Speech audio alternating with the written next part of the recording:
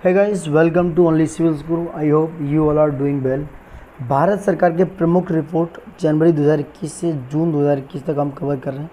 ठीक है, बहुत इंपॉर्टेंट है हर एग्ज़ाम के लिए, वनडे एग्ज़ाम्स के लिए खासकर। तो आप वनडे एग्ज़ाम के लिए, चाहे वो पीसीएस हो, चाहे कोई भी स्टेट पीसीएस हो या कोई भी एग्ज़ाम है वनडे, आप उसके लिए बहुत बहुत इंपॉर्टेंट करंट अफेयर्स है।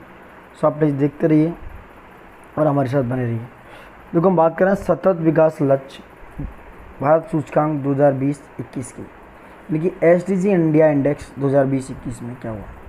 यह रिपोर्ट सबसे पहले दोस्तों नीति आयोग ने, किसने, नीति आयोग द्वारा जून 2021 में जारी की गई। किसके द्वारा? नीति आयोग। संयुक्त राष्ट्र के 17 यानी कि 17 सस्टेनेबल डेवलपमेंट गोल, यानी कि जिन्हें बोलते हैं एसडीजी गोल को प्राप्त करने में सबसे पहला स्थान है केरल का। किसका स्थान है दोस्तों? केरल का। इज इम्पोर्टेंट, केरल का सबसे पहला स्थान है दोस्तों। ठीक है, उसके बाद प्रथम स्थान पर केरल है जिसका स्कोर है 75 सतत विकास लक्ष्य भारत सूचकांक में दोस्तों। ठीक है, दूसरा स्थान है, द्वितीय स्थान हिमाचल प्रदेश और तमिलनाडु का जिसका स्कोर है 74। तृतीय स्थान पर है आंध्र प्रदेश, गोवा, कर्नाटक और उत्तराखंड 72 स्कोर के साथ तृतीय स्थान पर। ठीक है दोस्तों, ये सतत विकास लक्ष्य भारत सूचकांक 2020-21 की रिपोर्ट है। वहीं बात करें राज्यों में, सबसे अंतिम स्थान पर बिहार है जिसका स्कोर 52 है। नीचे से दूसरा स्थान झारखंड का है जिसका 56 है। वहीं केंद्र शासित प्रदेशों में प्रथम स्थान बात करें चंडीगढ़, सबसे हाईएस्ट स्कोर 79 के साथ प्रथम स्थान पर है दोस्तों। अगर राज्यों और केंद्र शासित प्रदेश में देखा जाए तो नंबर 1 पर चंडीगढ़ आंसर होगा। ठीक है, अगर विभिन्न क्षेत्रों में राज्यों के द्वारा किया गया अच्छा प्रदर्शन देखना है तो देखते हैं। गरीबी नहीं है, ऐसा प्रदर्शन किया गया तमिलनाडु में। भुखमरी नहीं है केरल में। अच्छा स्वास्थ्य है गुजरात में। गुणवत्ता वाली शिक्षा है केरल में। लैंगिक समानता छत्तीसगढ़ में। साफ पानी और सफाई गोवा में। अच्छा काम और इकोनॉमिक ग्रोथ हिमाचल प्रदेश में। इंडस्ट्री, इनोवेशन और इंफ्रास्ट्रक्चर की बात करें तो गुजरात में। असमानता में कमी है तो मेघालय में। ये इसका दोस्तों विभिन्न क्षेत्रों में राज्यों के द्वारा किया गया अच्छा प्रदर्शन के बारे में है। ठीक है, वहीं हम यहाँ बात करें ईज ऑफ लिविंग इंडेक्स 2020 जो कि मार्च 2021 में जारी किया गया। ईज ऑफ लिविंग इंडेक्स को आवास एवं शहरी मंत्रालय, ministry of housing and urban affair द्वारा, ministry of housing urban affair द्वारा जारी किया गया दोस्तों। ठीक है, ये 2 श्रेणियों में बनाया गया है। नंबर 1, मिलियन से अधिक आबादी वाले शहर, यानी कि बड़े शहर जिनकी आबादी 10 लाख से अधिक है, और मिलियन से कम आबादी वाले शहर, यानी कि जिनकी आबादी 10 लाख से कम है।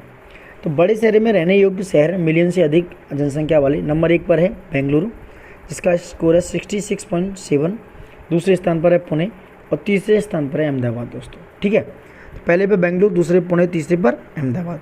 वहीं छोटे शहरों में बात करें तो प्रथम स्थान पर है शिमला जहां इसका स्कोर 60.93 है। द्वितीय स्थान पर भुवनेश्वर और तृतीय स्थान पर सिलवासा। ठीक है दोस्तों, ये 3 शहर हैं। वहीं राष्ट्रीय राजधानी दिल्ली का स्थान है 13वां जिसका स्कोर है 57.56। पटना का स्थान रहने योग्य बड़ा शहरों में है 33, पटना का 33वें स्थान पर। बड़े शहरों में सबसे खराब प्रदर्शन है श्रीनगर और धनबाद का दोस्तों। छोटे शहरों में सबसे खराब प्रदर्शन है ईज ऑफ लिविंग जिसकी सबसे कम है वो है मुजफ्फरपुर का जो बिहार में है। ठीक है दोस्तों, तो आप देख चुके हैं सबसे अच्छा स्थान है बेंगलुरु, फिर पुणे, उसके बाद अगर बात करें छोटे शहरों में शिमला, भुवनेश्वर और सिलवासा। अब बात करें एनीमिया मुक्त भारत सूचकांक 2020-21 की। It's very important. देखो, यह पहला स्वास्थ्य एवं परिवार कल्याण मंत्रालय और यूनिसेफ की है। ये जो पहल है इसके आंकड़े मार्च 2021 तक के हैं। एनीमिया मुक्त भारत सूचकांक 2020-21 यह पहल जो है किसकी? स्वास्थ्य, ministry of health and family welfare की और यूनिसेफ के साथ। एनीमिया मुक्त सूचकांक में इसमें बात करें, एनीमिया का मतलब है जिसमें खून की कमी होती है दोस्तों। एनीमिया का मतलब खून की कमी। प्रथम स्थान पर मध्य प्रदेश लगातार रहा है। दूसरा कार्यकाल है मध्य प्रदेश का जो एनीमिया मुक्त सूचकांक में प्रथम स्थान बनाए हुए। प्रथम स्थान पर मध्य प्रदेश है, दूसरे पर उड़ीसा दोस्तों, तीसरे पर है हिमाचल प्रदेश। ठीक है, वहीं पूर्वोत्तर राज्यों में अगर बात करें अरुणाचल प्रदेश का प्रथम स्थान रहा है। केंद्र शासित प्रदेश में अगर हम बात करें तो अंडमान एवं निकोबार का प्रथम स्थान रहा है। ठीक है, 28 राज्यों में बिहार का स्थान 22वां रहा है और उत्तर प्रदेश का स्थान 20वां रहा है जिसका स्कोर 28 है, और बिहार का रहा है 22वां जिसका स्कोर 23.8 है। ये जो है स्कीम है पोषण अभियान, over reaching scheme for holistic nourishment की बात करिए, सही पोषण देश रोशन की बात हो रही है। ठीक है दोस्तों, वहीं बात करें नगर पालिका प्रदर्शन सूचकांक 2020, ये भी मार्च 2021 में इसके आंकड़े जारी किए गए। म्यूनिसिपल परफॉर्मेंस इंडेक्स, यह रिपोर्ट भी आवास एवं शहरी मंत्रालय द्वारा जारी किया गया है। इस रिपोर्ट की भी 2 श्रेणियाँ हैं, मिलियन से अधिक और मिलियन से कम। मिलियन से अधिक जनसंख्या की बात करें तो प्रथम स्थान पर इंदौर, दूसरे पर सूरत और तृतीय पर भोपाल रहा है। वहीं मिलियन से कम की बात करें तो प्रथम स्थान पर नई दिल्ली, द्वितीय स्थान पर तिरुपति और तीसरे स्थान पर दोस्तों गांधीनगर रहा है। ठीक है, गांधीनगर गुजरात में है, तिरुपति आंध्र प्रदेश में, नई दिल्ली दिल्ली में है। वहीं पटना नगर पालिका का स्थान 16वां रहा है। 1 मिलियन से ज़्यादा जनसंख्या वाले नगर पालिका में सबसे खराब प्रदर्शन गुवाहाटी, जो कि असम की राजधानी है, उसका रहा है।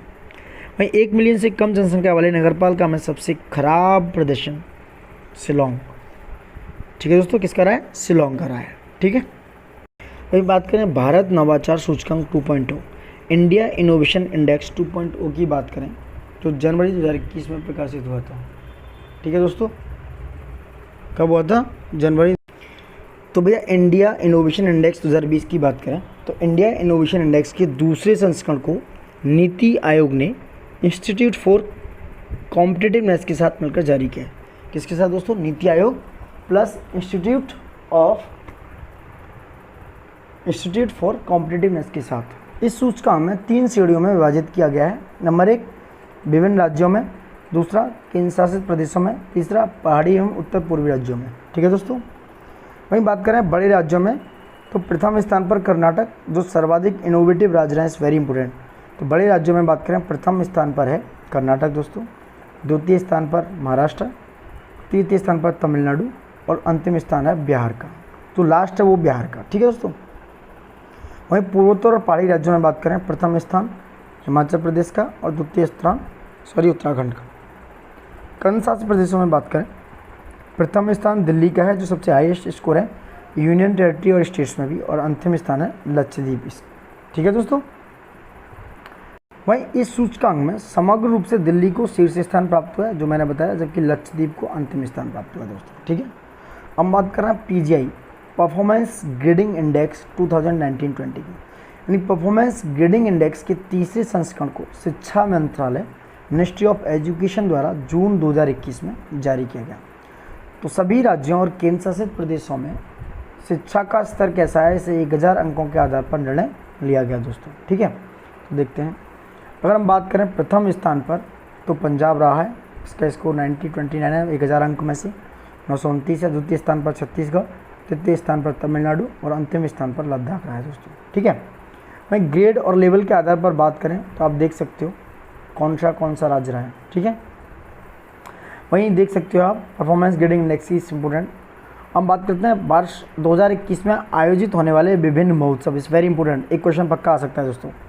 जो राष्ट्रीय महोत्सव हैं और कहाँ होते हैं, देखो 11वां संस्कृति महोत्सव 2021, 11वां संस्कृति महोत्सव 2021 पश्चिम बंगाल में हुआ। रज महोत्सव 2021 कहाँ होता है? रज महोत्सव 2021 उड़ीसा में दोस्तों। कलरव पक्षी महोत्सव होता है जमुई बिहार में, इट्स इंपॉर्टेंट। कलरव पक्षी महोत्सव जमुई बिहार में। काला नमक चावल महोत्सव 2021 सिद्धार्थनगर यूपी में। स्ट्रॉबेरी महोत्सव 2021 झांसी यूपी में दोस्तों। ठीक है, गुड़ महोत्सव 2021 कहाँ पर हुआ? लखनऊ में। कहाँ हुआ? लखनऊ उत्तर प्रदेश। केला महोत्सव दोस्तों कुशीनगर उत्तर प्रदेश। माघ बिहू महोत्सव 2021 असम। चाय महोत्सव 2021 असम। शिल्पग्राम महोत्सव 2021 असम, इट्स वेरी इंपॉर्टेंट दोस्तों। सिग्मो महोत्सव 2021 गोवा में हुआ। ठीक है दोस्तों, सिग्मो गोवा में। और अंतर्राष्ट्रीय योग महोत्सव 2021 हुआ ऋषिकेश उत्तराखंड में, इट्स वेरी इंपॉर्टेंट। आदि महोत्सव हुआ नई दिल्ली में। कचौंत महोत्सव था जम्मू कश्मीर में। मांडू महोत्सव था मध्य प्रदेश में। वहीं तोसाली राष्ट्र शिल्प मेला उड़ीसा में हुआ। कहाँ हुआ दोस्तों? तोसाली राष्ट्र शिल्प मेला उड़ीसा में। कनुमा महोत्सव Andhra Pradesh, important. Ice climbing महोत्सव लेह में। और अट्टुकल पोंगल हुआ केरल में दोस्तों। कहाँ हुआ? अट्टुकल पोंगल केरल में।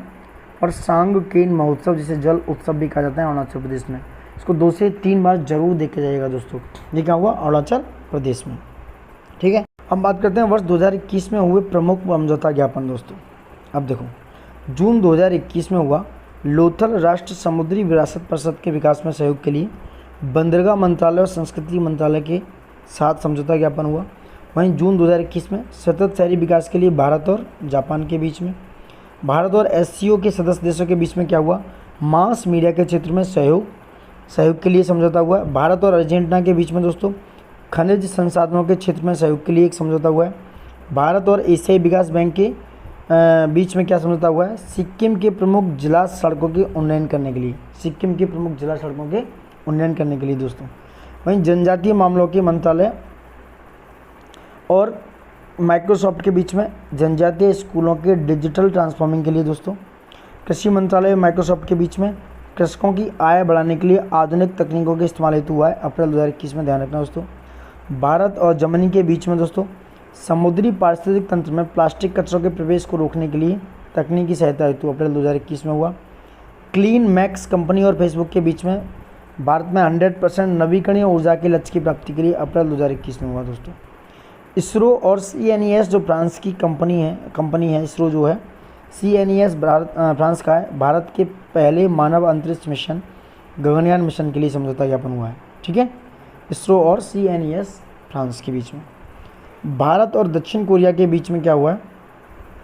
भारत और दक्षिण कोरिया के बीच में सैन्य सामग्री के संयुक्त उत्पादन एवं निर्यात को बढ़ावा देने के लिए हुआ है। भारत और जापान के बीच में दोस्तों जल संसाधन के क्षेत्र में सहयोग। वहीं भारत और फिलीपींस के बीच में ब्रह्मोस मिसाइल एवं अन्य रक्षा उपकरणों की खरीद हेतु भारत और फिलीपींस के बीच में ज्ञापन समझौता हुआ है मार्च 2021 में। भारत और मालदीव के बीच में क्या हुआ दोस्तों? खेल एवं युवा मामलों के सहयोग के लिए समझौता हुआ है। भारत और मॉरिशस के बीच में व्यापक आर्थिक सहयोग और भागीदारी समझौता हुआ है दोस्तों। ठीक है, भारत और अफगानिस्तान के बीच में हुआ है सहतूत बांध के निर्माण के लिए फरवरी 2021 में दोस्तों।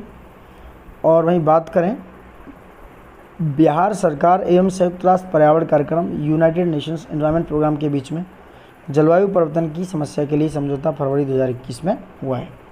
वहीं भारत और मालदीव के बीच में एक और समझौता हुआ, एक पहले हो चुका है, ये है मछली प्रसंस्करण, सार्वजनिक प्रशासन, सड़क अवसंरचना, आवास पर समझौता हुआ है फरवरी 2021 में। वहीं भारत और मालदीव में खेल एवं युवा मामलों के सहयोग के लिए भी समझौता हुआ है पहले। भारत और इथियोपिया के बीच हुआ है वीज़ा सुविधाओं एवं चमड़ा प्रौद्योगिकी से संबंधित। और भारत और उज्बेकिस्तान के बीच में हुआ है सौर ऊर्जा क्षेत्र के सहयोग के लिए जनवरी 2021 में समझौता हुआ है दोस्तों। तो सारे समझौते में बताएं, आपको डायरेक्ट आ सकता है, क्वेश्चन पूछ सकता है कि इनके बीच में कौन सा समझौता हुआ है। ठीक है दोस्तों, अब दोस्तों हम बात करते हैं बजट पर।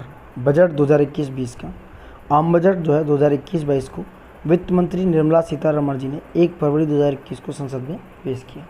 तो बजट 2021-22 जो है भारत का पहला पेपरलेस एवं डिजिटल बजट था, याद रखना, पहला पेपरलेस एवं डिजिटल बजट था। इस बजट को एक टैबलेट को लाल कवर में लाया गया एवं इसी से पढ़ा गया दोस्तों। बजट 2021-22 की थीम थी आत्मनिर्भर भारत। इस इम्पोर्टेंट क्या थीम थी? आत्मनिर्भर भारत। इस बजट के अनुसार वर्ष 2021 में हमारे इतिहास के महत्वपूर्ण मील के पत्थरों का वर्ष रहा है। नंबर 1, आज़ादी का 75वां वर्ष 2021 रहा है। भारत में गोवा के विलय का 60वां वर्ष 2021। वहीं 1971 में भारत पाकिस्तान युद्ध का 50वां वर्ष था। स्वतंत्र भारत की 8वीं जनगणना का वर्ष होगा। चंद्रयान 3 मिशन का वर्ष होगा और हरिद्वार महाकुंभ का वर्ष होगा। ठीक है दोस्तों, इस इम्पोर्टेंट याद रख सकते हो ये थीम पॉइंट्स जो मैंने बताए। देखो अब कुल बजट क्या था? अगर कुल बजट की बात करें तो कुल बजट 34.83 लाख करोड़ रुपए था, यानी कि 34,83,236 करोड़ का बजट रखा गया। 34,83,236 आंकड़े जरूर याद रखना। मतलब कुल रिसीविंग्स होंगी, प्राप्तियां कितनी होंगी? 34,83,236 करोड़ रुपए, जिसमें राजस्व प्राप्तियां होंगी, रेवेन्यू रिसीट जो होंगी वो 17,88,424 करोड़ रुपए की होंगी दोस्तों। और पूंजी प्राप्तियां यानी कि कैपिटल रिसीप्ट होंगी 16,94,812 करोड़ रुपए की। वहीं दोस्तों कुल खर्च की बात करें एक्सपेंडिचर की तो 34,83,236 करोड़ रुपए होंगे, जिसमें रेवेन्यू एक्सपेंडिचर यानी कि राजस्व खर्च कितना होगा? 29,29,000 करोड़ रुपए दोस्तों। कितना? 29,29,000 दोस्तों। ठीक है, वहीं पूंजी खर्चा जो होगा, पूंजी खर्च यानी कैपिटल एक्सपेंडिचर होगा, ये खर्च वो होगा 5,54,236 करोड़ रुपए दोस्तों। ठीक है, बजट घाटा को इस बार शून्य रखा गया है। बजट घाटा से मतलब है कि कुल प्राप्तियां माइनस कुल खर्च मतलब शून्य, जितने प्राप्त करेंगे उतना ही हम खर्चा कर देंगे। ठीक है, अब यहाँ समझो कि भैया रुपया कहाँ से आता है। देखो विभिन्न राज्यों की अगर और बात करें, राजकोषीय घाटे के 3% तक लाने के लक्ष्य भारत सरकार ने कितना रखा है? 2023-24 तक रखा है।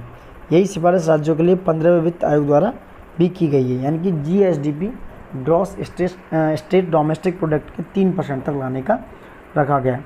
अब रुपया कहाँ से आता है, देखो ये समझो, बजट 2021-22 में सबसे ज़्यादा जो रुपया आएगा वो कहाँ से आएगा, ये समझो। नंबर 1 पर है दोस्तों 36 पैसे आएंगे, जो उधार और अन्य दाताएँ से हम लेंगे, यानी कि उधार और बोरोइंग से लेंगे, अन्य देयताएँ से हम लेंगे, वो 36 पैसे होगा। ठीक है, उसके बाद नंबर 2 होगा माल और सेवा कर से 15 पैसा आएगा, जो नंबर 2 पर है। ठीक है दोस्तों, वहीं नंबर 3 पर आएगा आयकर इनकम टैक्स से सबसे ज़्यादा पैसा। नंबर 4 है निगम कर यानी कि कॉर्पोरेट टैक्स से आएगा दोस्तों। ठीक है, नंबर 5 पर है केंद्रीय उत्पाद शुल्क से 8 पैसा आएगा दोस्तों। ठीक है, बाकी आप देख सकते हैं कर विभिन्न राजस्व से 6 पैसा, ऋण भिन्न पूंजी प्रवृत्ति से 5 पैसा, सीमा शुल्क से 3 पैसा आएगा। ये है कि रुपया कहाँ से आता है, रुपी कम्स फ्रॉम दैट साइड। तो रुपये आने के सबसे जो 3 मेन स्रोत हैं मैंने बताए, उधार एवं अन्य देयता नंबर 1, नंबर 2 जीएसटी, जो देखा माल और सेवा कर and GST, gross and goods and service tax, और तीसरा आयकर। ठीक है, और चौथे पे निगम कर दोस्तों। ठीक है, अब रुपया जाता कहाँ है ये भी समझो। रुपीज़ गोज़ टू, देखो सबसे ज़्यादा रुपीज़ जाने की, ये हम बाद में देखेंगे, रुपीज़ जाने की सबसे बड़ी योजना कहाँ है। सबसे ज़्यादा रुपया जाता है दोस्तों किस में जाएगा, ब्याज अदायगी में। किस में जाएगा, ब्याज अदा करने में 20 पैसा नंबर 1 पर। और उसके बाद योजनाओं में जाएगा पैसा नंबर 1, करों और शुल्कों में राज्यों का हिस्सा होगा वो 16 पैसा नंबर 2 पर। करों और शुल्कों में राज्यों का हिस्सा नंबर 2 पर। नंबर 3 पर केंद्रीय क्षेत्र की योजनाएं 13 पैसे के साथ नंबर 3 पर हैं दोस्तों। वहीं 4 पर है अन्य व्यय 10 पैसे के साथ। नंबर 5 पर केंद्रीय प्रायोजित योजनाएं और आर्थिक सहायता भी सेम 9 पैसे के साथ। रक्षा पैसे में 8 पैसा खर्च होता है, पेंशन में 5 पैसा। तो ये पैसा इस क्षेत्र में जाएगा। सबसे ज़्यादा जो बात करें, सबसे ज़्यादा जाने के स्रोत हैं टॉप 3, ब्याज अदायगी नंबर 1, करों और शुल्कों में राज्यों के साथ नंबर 2, केंद्रीय क्षेत्र की योजनाएं दोस्तों। ठीक है, अब हम देखते हैं 2020-21 का संशोधित अनुमान और बजट अनुमान। देखो जो फिस्कल डिफिसिट है यानी राजकोषीय घाटा है, उसको जीडीपी का 9.5% रखा गया है। कितना, जीडीपी का 9.5%, यानी कि 18,48,655 करोड़ रुपये, जो कि बजट का जो अनुमान है वो जीडीपी का 6.8, ये संशोधित अनुमान है, ये बजट अनुमान है 6.8% है। राजस्व घाटा को जीडीपी का 7.5, जबकि बजट अनुमान में 5.1। प्रभावी राजस्व घाटे को 6.3% और जीडीपी का बजट अनुमान 4.1। प्राथमिक घाटे को 5.9% रखा गया, वहीं 3.1% बजट अनुमान के अकॉर्डिंग रखा गया। सरकार का लक्ष्य वर्ष 2025-26 तक राजकोषीय घाटा को जीडीपी का 4.5 तक लाना है। किसका, राजकोषीय घाटे को दोस्तों। ठीक है, बात करें इंपॉर्टेंट, बजट 2021-20 जो है कुल 6 पिलर में बटा हुआ है। बजट 2020-21 के 6 पिलर हैं। नंबर 1 स्वास्थ्य और कल्याण, नंबर 2 भौतिक और वित्तीय पूंजी और अवसंरचना, नंबर 3 आकांक्षी भारत के लिए समावेशी, नंबर 4 मानव पूंजी में नवजीवन का संचार करना, नंबर 5 नव प्रवर्तन और अनुसंधान एवं विकास, और नंबर 6 न्यूनतम सरकार और अधिकतम शासन। ये 6 पिलरों में बजट 2021-22 दोस्तों बटा हुआ है। ठीक है, अब वही बात करें बजट 2021-22 में स्वास्थ्य और कल्याण के लिए कितने रुपए आवंटन किए गए हैं, इम्पोर्टेंट। 2021-22 में स्वास्थ्य और कल्याण के लिए 2,23,846 करोड़ रुपए आवंटित किए गए दोस्तों। कितना, 2,23,846 करोड़ रुपए स्वास्थ्य और कल्याण के लिए। यानी बात करें 2010-20 और 20-21 के 21-22 के अकॉर्डिंग, तो ये 2010-20 से 10 साल की बात करें तो 137% इनक्रीज हुआ है दोस्तों। ठीक है, पिछले साल की तुलना में स्वास्थ्य और कल्याण पर व्यय में कितने प्रतिशत बढ़ोतरी हुई है, 137%। ये डाटा पूछ सकते हैं, इम्पोर्टेंट। सरकार ने इस बजट में कोविड-19 वैक्सीन के लिए कितने रुपए आवंटन किए, कोविड-19 वैक्सीन के लिए 35,000 करोड़ रुपए आवंटित किए। कितने, 35,000। ठीक है, इस बजट के द्वारा सरकार 6 सालों के लिए 64,180 करोड़ रुपए के पीएम आत्मनिर्भर स्वस्थ भारत योजना ला रही है। कितने रुपए की, 6 सालों के लिए दोस्तों इस बजट में 64,180 करोड़ रुपए के लिए। किस 2 कार्यक्रम अभियान के लिए विलय करके सरकार मिशन पोषण 2.0 ला रही है। किन 2 कार्यक्रम को ये विलय कर रही है। नंबर 1 संपूरक पोषण कार्यक्रम एसएनपी। ठीक है, दूसरा ये सप्लीमेंट्री न्यूट्रिशन प्रोग्राम दोस्तों, और दूसरा पोषण अभियान। इन दोनों को क्या कर रही है, ऐड कर रही है, मिला रही है। ठीक है, नंबर 1 संपूरक पोषण कार्यक्रम, दूसरा पोषण अभियान। ठीक, मैं बात करें मिशन पोषण 2.0 मिशन पोषण 2.0 भारत के 112 आकांक्षी जिलों में चलाई जाएगी। सरकार ने अगले 5 सालों के लिए कितने करोड़ रुपए परव्यय के जल जीवन मिशन यानी कि शहरी लॉन्च किए? करोड़ रुपए का परव्यय जो है जल जीवन मिशन शहरी अर्बन के लिए लॉन्च किया है, 2,87,000 करोड़ रुपए दोस्तों। इस इम्पोर्टेंट, ये जल जीवन मिशन शहरी है, रूरल नहीं, अर्बन है ये।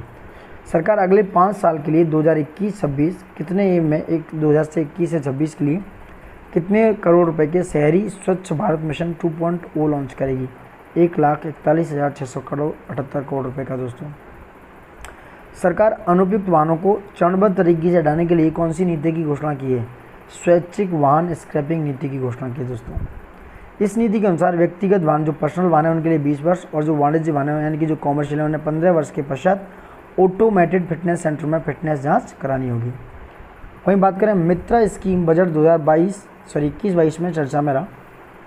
मित्र स्कीम बजट 2021-22 में चर्चा में रहा। यह किससे संबंधित है? मित्रा स्कीम MITRA 7 टेक्सटाइल कपड़ा पार्क स्थापित करने के लिए कितने 7 टेक्सटाइल पार्क स्थापित करने के लिए। मित्रा का मतलब होता है, MITRA ji stand for mega investment textile park, वो भी कितने 7 2021-22 के बजट में। किस मंत्रालय को खर्च करने के लिए अभी तक इसके इतिहास में सबसे ज़्यादा बजट आवंटित किए गए? रेलवे मंत्रालय और सड़क परिवहन एवं राजमार्ग मंत्रालय को।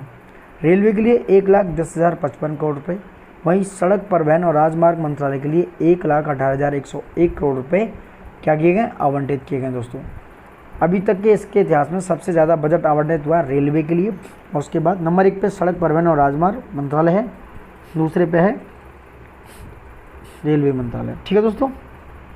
वहीं बात करें दोस्तों बजट 2021-22 के अनुसार देश में प्रतिदिन कितने किलोमीटर लंबी रोड बनाई जा रही है?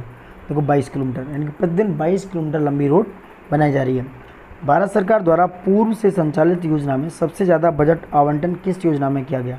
भारत सरकार द्वारा पूर्व से संचालित, जो पहले से संचालित हो रही है वो है मनरेगा। इट्स इंपॉर्टेंट दोस्तों, पूछता है हमेशा ज़्यादातर। इस बार 73,000 करोड़ रुपये 2021-22 में कितना 73,000 करोड़ रुपये मनरेगा के लिए क्या किया गया? आवंटन। चर्चा में रहा PLI स्कीम योजना कितने सेक्टर के लिए लाया गया है? प्रोडक्शन लिंक्ड स्कीम बोलते हैं इसे, प्रोडक्शन लिंक्ड स्कीम। 13 सेक्टर के लिए PLI स्कीम लाई गई है।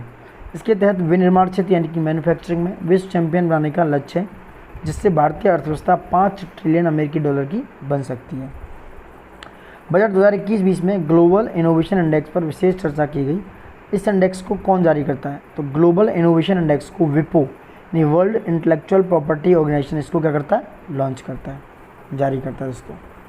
इस बजट में revamped post matric scholarship scheme किसके लिए लाया गया? ये अनुसूचित जाति कल्याण के लिए यानी SC के कल्याण के लिए ये स्कीम लाई गई। ऑपरेशन ग्रीन के तहत अब कितने उत्पादों के लिए शामिल किया गया जाएगा? 22। पहले सिर्फ 3 थे, पहले टॉप थे TOP यानी टमाटो, ऑनियन और पोटैटो। अब कितने 22 उत्पाद हैं जो ऑपरेशन ग्रीन के तहत लाए जाएंगे दोस्तों। ठीक है, समझ रहे हैं आप।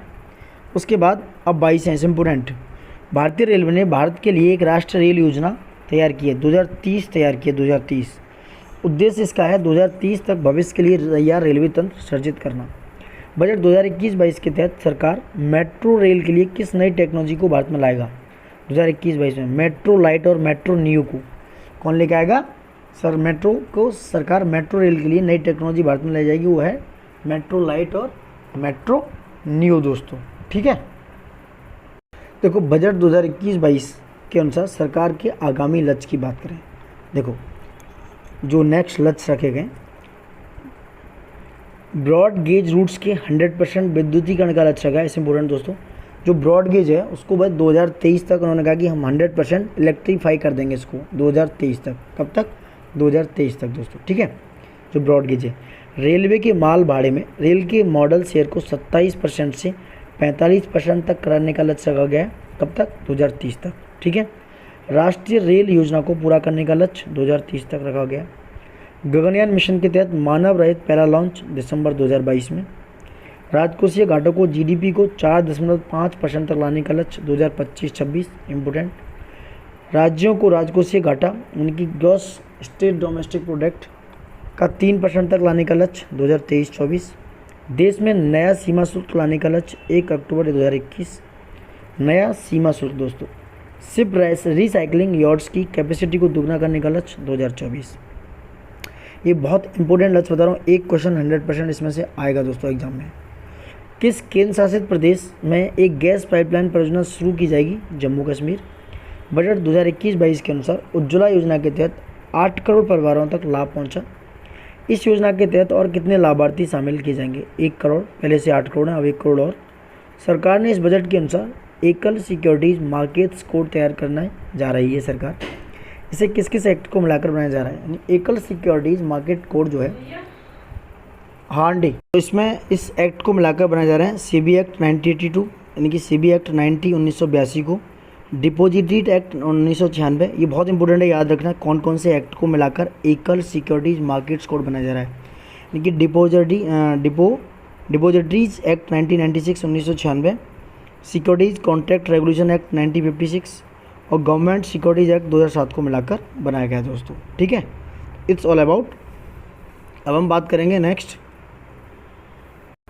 देखो अब बात करें बजट 2021-22 के अनुसार बीमा क्षेत्र में यानी कि इंश्योरेंस में एफडीआई 49% से बढ़ाकर कितना कर दिया गया? 74%। इंपोर्टेंट दोस्तों, कितना? 74% कर गया है। किसके अकॉर्डिंग? बीमा अधिनियम 1938 में ये संशोधन किया गया है।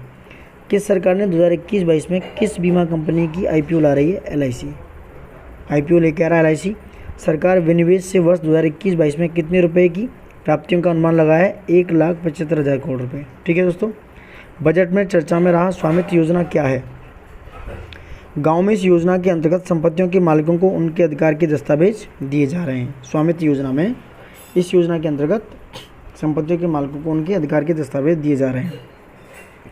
बजट 2021-22 के तहत कितने आधुनिक मत्स्य बंदरगाहों और फिश लैंडिंग सेंटर बनाने की बात कही गई है? 5, यानी 5 आधुनिक मत्स्य बंदरगाह और फिश लैंडिंग सेंटर बनाने की बात कही गई है। Number 1 Kochi, number 2 Chennai, number 3 Visakhapatnam, number 4 Paradip, number 5 पेटुआ घाट। ठीक है दोस्तों, कोच्चि, चेन्नई, विशाखापट्टनम, पारादीप और पेटुआ घाट। भारत सरकार किस संस्था के साथ मिलकर एक माइक्रो इरिगेशन फंड स्थापित करेगी? नाबार्ड। ई नाम के तहत इस बजट में कितने और कृषि मंडियों को जोड़ा जाएगा? 1000। ई नाम के तहत 1000 मंडियों को और जोड़ा जाएगा दोस्तों। ठीक है, अब बात करें बजट 2021-22 में 22 के अनुसार एक राष्ट्र एक राशन कार्ड योजना कुल कितने राज्यों केंद्र शासित प्रदेशों में चल रही है? 32। इन 32 राज्यों केंद्र शासित प्रदेशों में कुल लाभार्थियों का 86% कवर हो चुके हैं।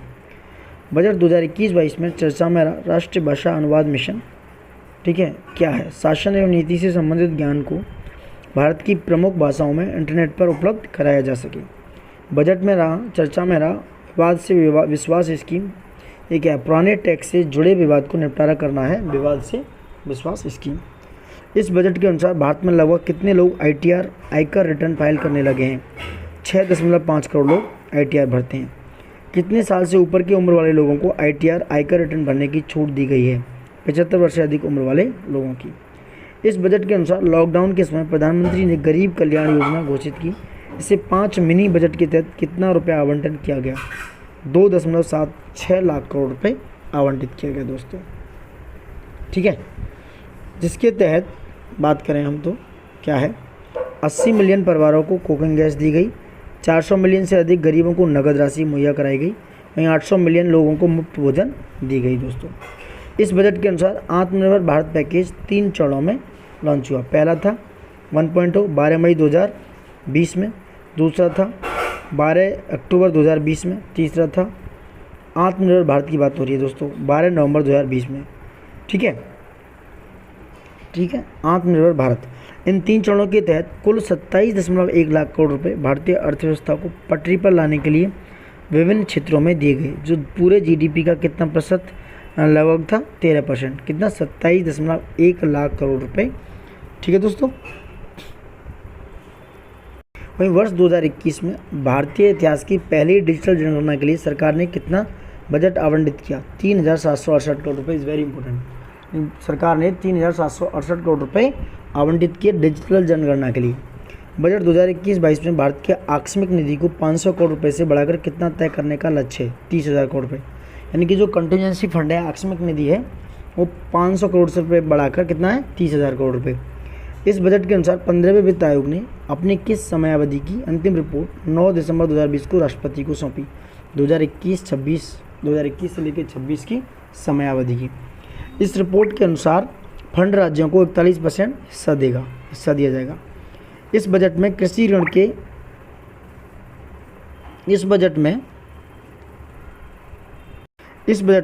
ऋण के लक्ष्य को बढ़ाकर कितना कर दिया गया? 16.5 लाख करोड़ रुपये। भारत सरकार सब्सिडी के रूप में सबसे ज़्यादा आवंटन किस में करती है? नंबर 1 खाद में फूड, नंबर 2 फर्टिलाइजर उर्वरक, नंबर 3 पेट्रोलियम में। ये टॉप 3 हैं जो सबसे ज़्यादा सब्सिडी दी जाती है दोस्तों। राष्ट्रीय शिक्षा नीति की बात करें के लिए कितना बजट आवंटन किया गया है? 34,300 करोड़ रुपये।